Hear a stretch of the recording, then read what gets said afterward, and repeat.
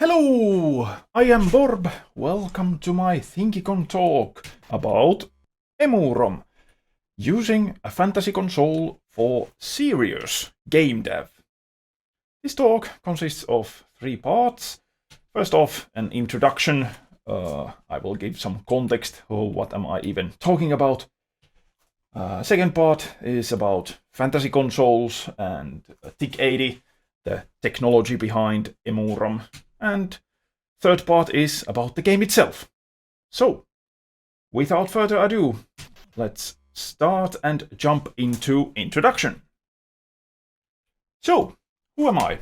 I am indeed Borb, and I am an indie dev from North Savo, Finland, and currently I'm based in Oulu, where I studied physics.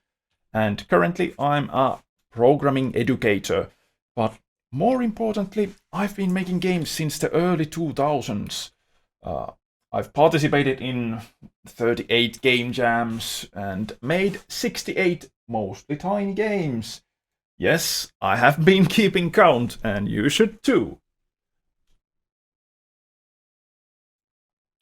And currently, I am making my first bigger game, Emorum, which you might have seen featured in the Thinky Direct event earlier this year.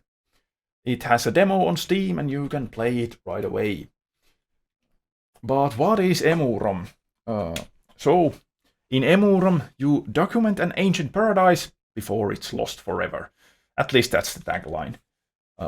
What it is a non-violent creature scanning exploration platformer. That's a bit of a mouthful, but it will make sense in a bit. TIC80 is the engine that I've been using to create EMUUROM, and we will talk about that in a bit, but before we can do that, we need to understand fantasy consoles a bit better. So, let's dive in. So, fantasy consoles, what are they even? They are basically tiny retro-style game engines with artificial limitations. You could think of it as an emulator for a physical hardware that never really existed. And they have editors included very often, like for code and graphics and music and etc. The most famous of the bunch is PIC08. If you know one fantasy console, you most likely know that. It was created by Zepp or Lexalaffle in 2015, and it has a huge community nowadays. It pretty much started a fantasy console boom in its own right. And people also know it by being the engine used for creating the prototype of Celeste, and the prototype version is even included in the full game. So you might have already played with a PIC08 game, even if you didn't know that.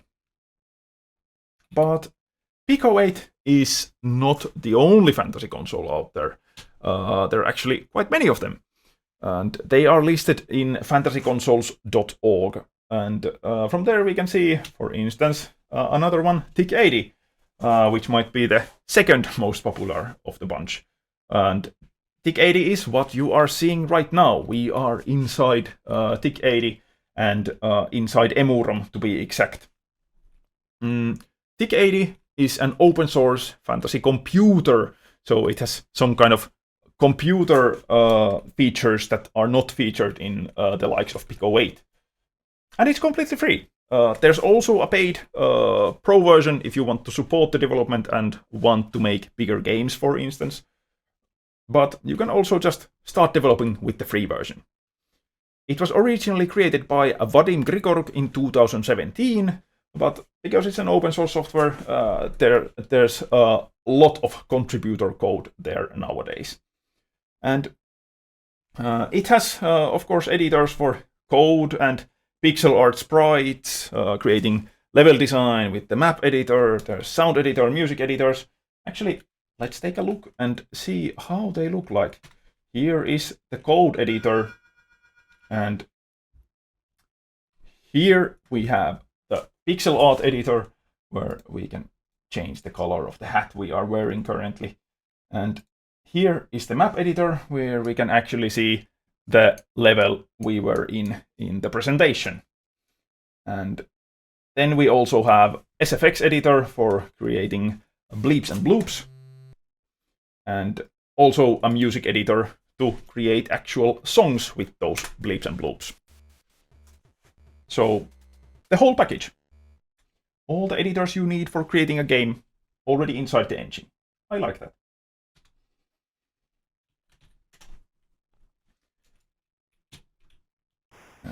Let's then go forward and talk about what is ThinkCon used for.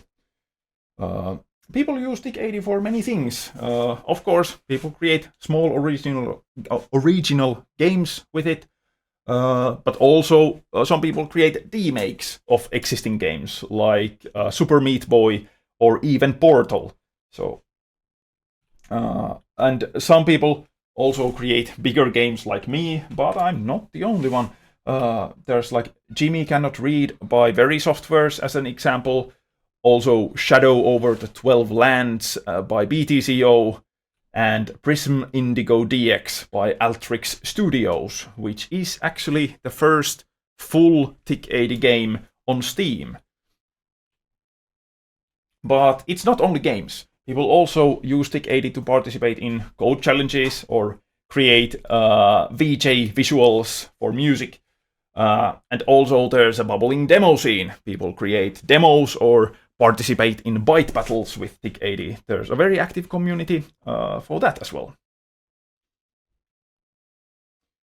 And ThinkCon is very much defined by its limitations. In general, it's a bit less strict than Pico 8. Like Pico 8, it does have 64k characters of code for one game, but unlike Pico 8, it doesn't have a token limitation. Also, ThinkCon has a user-editable 16-color palette that we saw here in the sprite editor, 16 colors right there, and a resolution of 240 by 136, so it's widescreen instead of a square. And we had, like we saw in the music editor, we have 4 channels for creating chiptune music. And 512 sprites that are of 8 by 8 pixels size. But not only that, there's also the Pro version, which has additional space. It has 8 banks that you can switch between to create bigger games. And especially Emorum has benefited a lot from the Pro version, so that I have been able to create much more, especially in terms of code, because you can have just 8 times the amount of code. You don't have to do bank switching for that.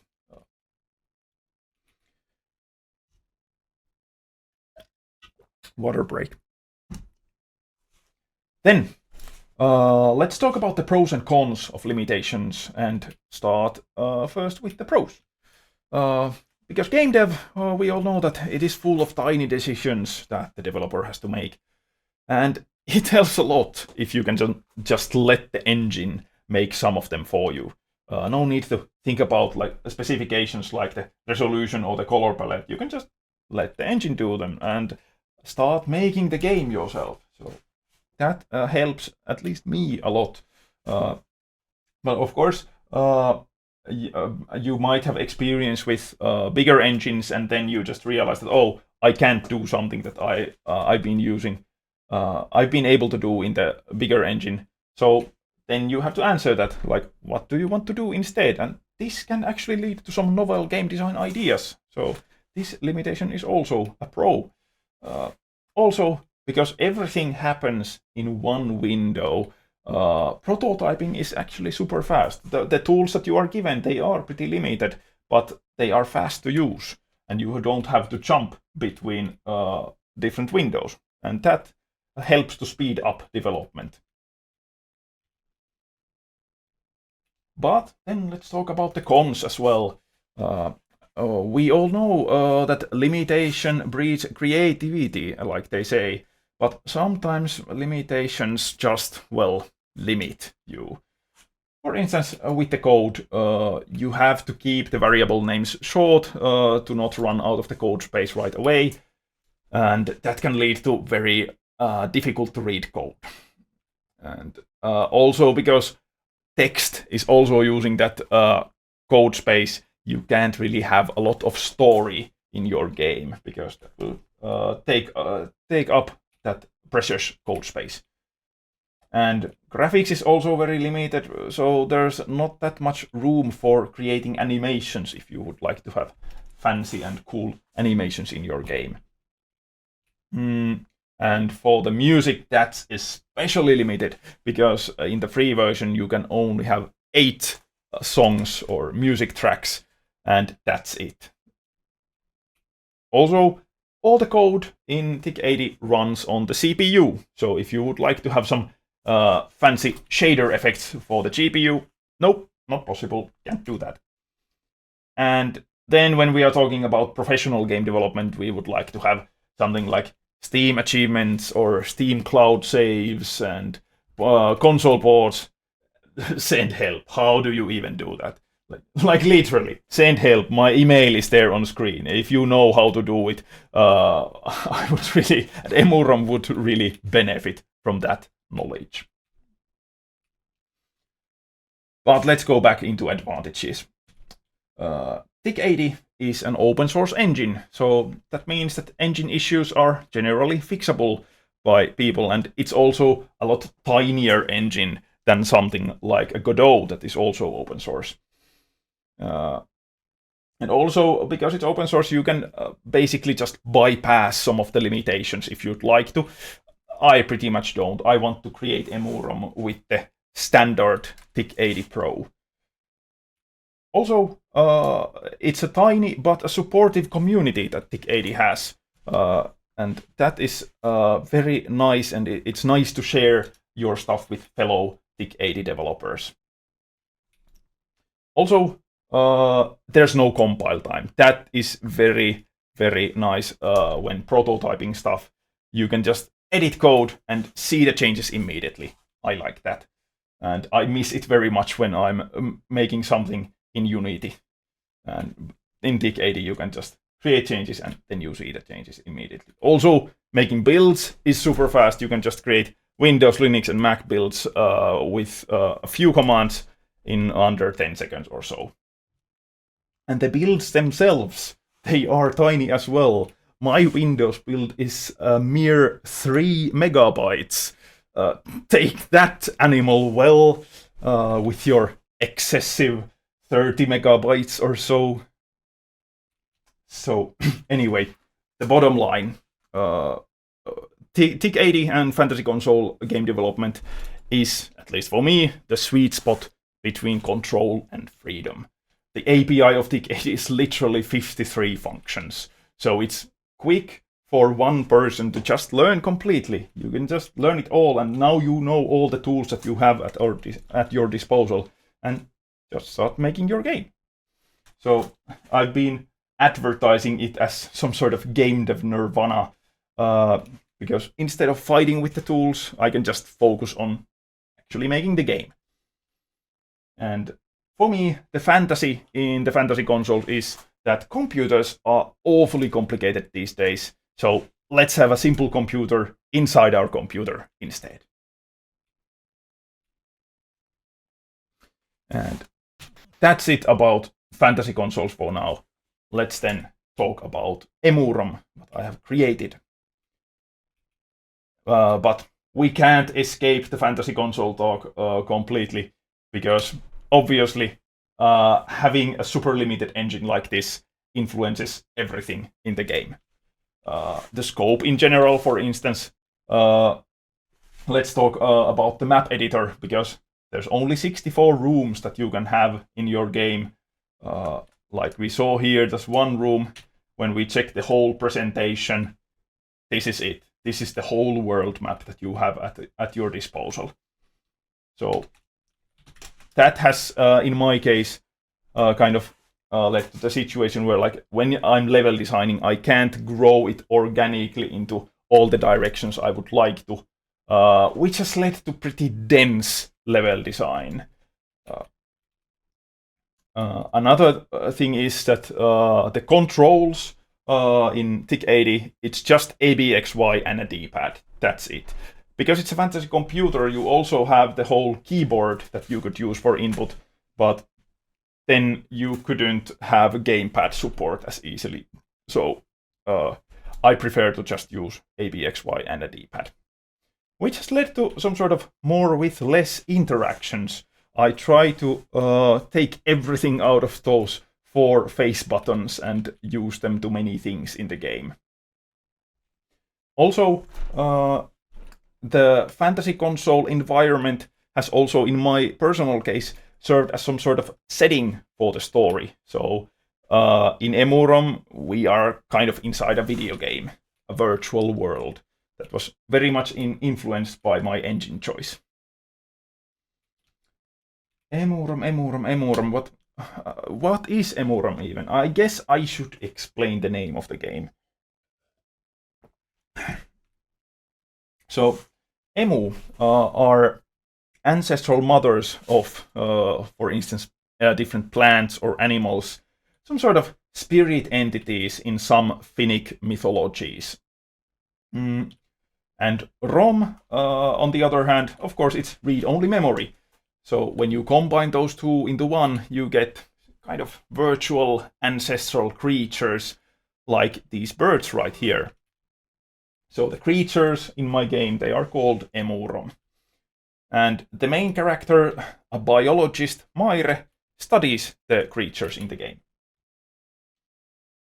And let's talk about the 4 design pillars that I have had in my mind when I've been creating Emorum.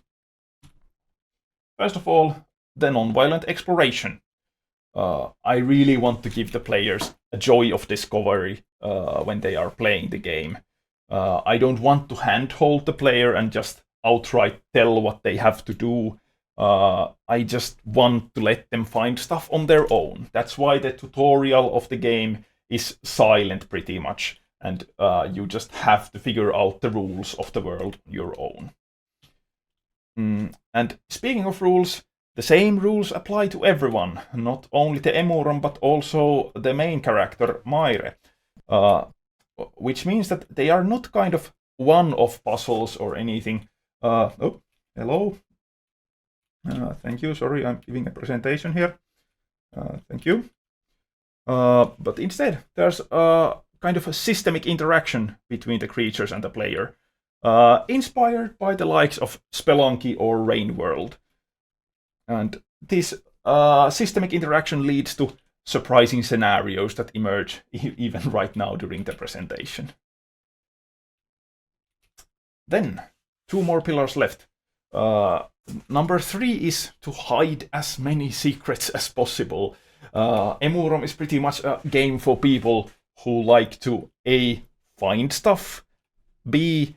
catalog said found stuff, and C. obsess over finding more stuff. So I did hide a lot of stuff to be found then. And the 4th pillar is that bugs are features. Whenever I or some playtester encounters a glitch that just doesn't outright break the game, let's leave that in. It's now a feature and we will use it for a puzzle. And that's it. Those are the 4 design pillars. Then let's see what kind of gameplay does it result in.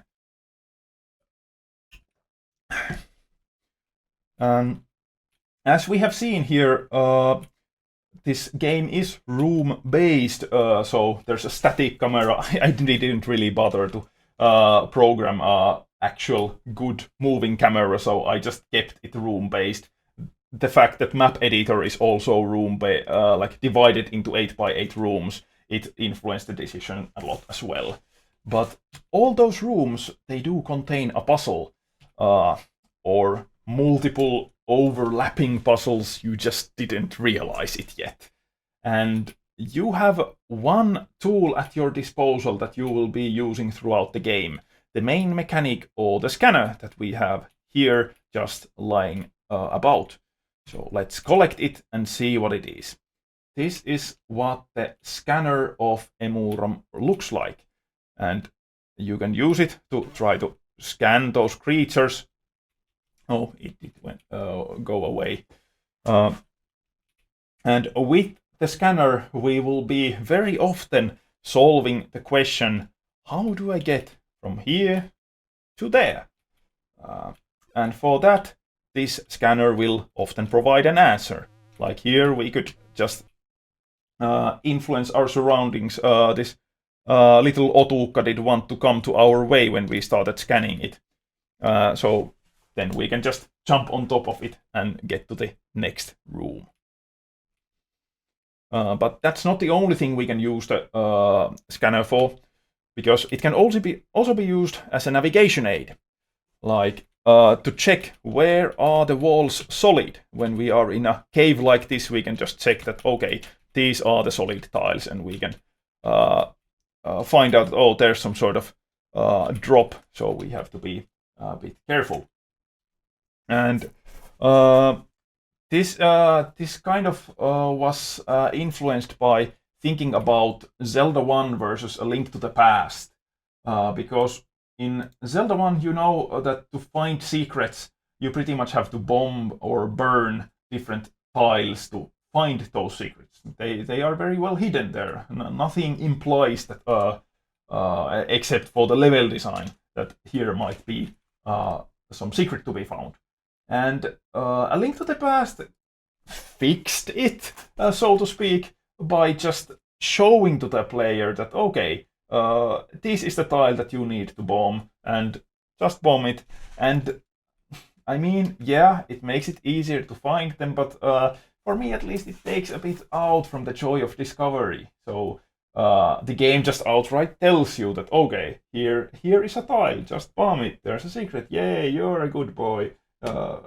Nicely found on your own. So yeah, I wanted to find out if there are some better solutions for this problem, because in Zelda 1, bombing all the tiles is also very tedious. So I wanted to give a tool to the player that is easier to use, so that you can find faster where those secrets lie.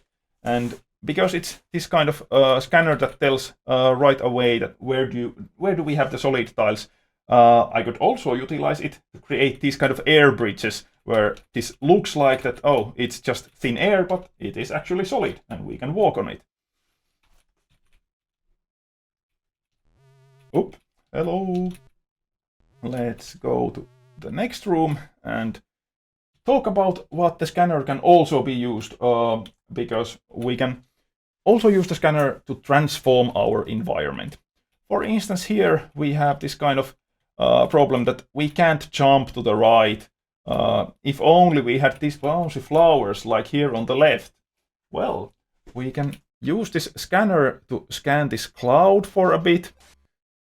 And oh, there's a lot happening at once, but basically when we scan the cloud, it will start raining, and that rain just made that flower, well, flower. So now that it's of this bouncy variety, we can just use it to jump to the next screen. And there you have kind of a basic Emorum puzzle in a nutshell.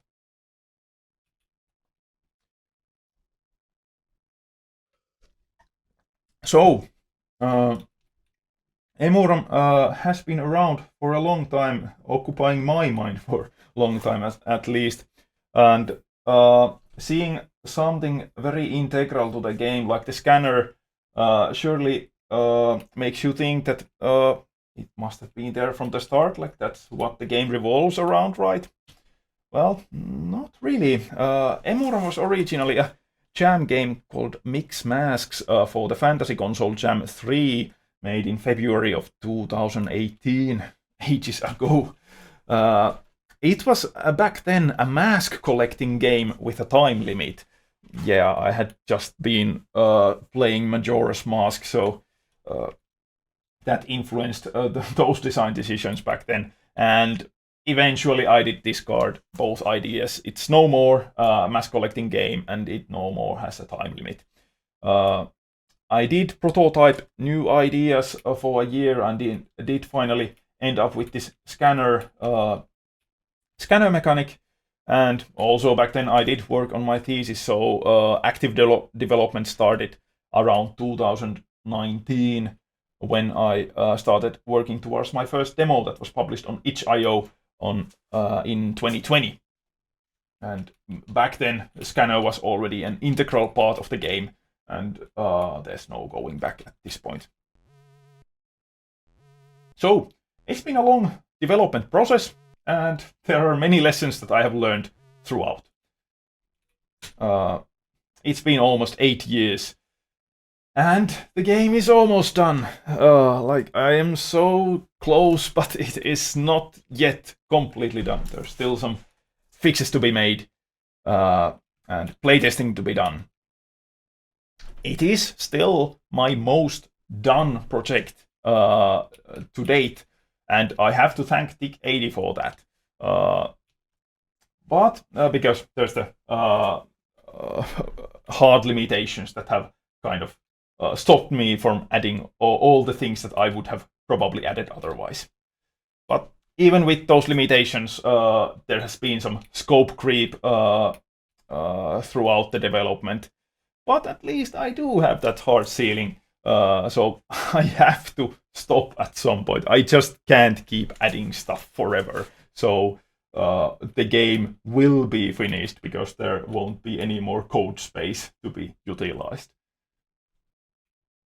But yeah, Emorum has been kind of a stupid project in many ways.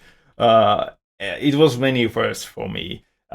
It will be my first commercial game, and it is my first game in a planned series where I wanted to kind of develop some lore that will influence the upcoming games and so on.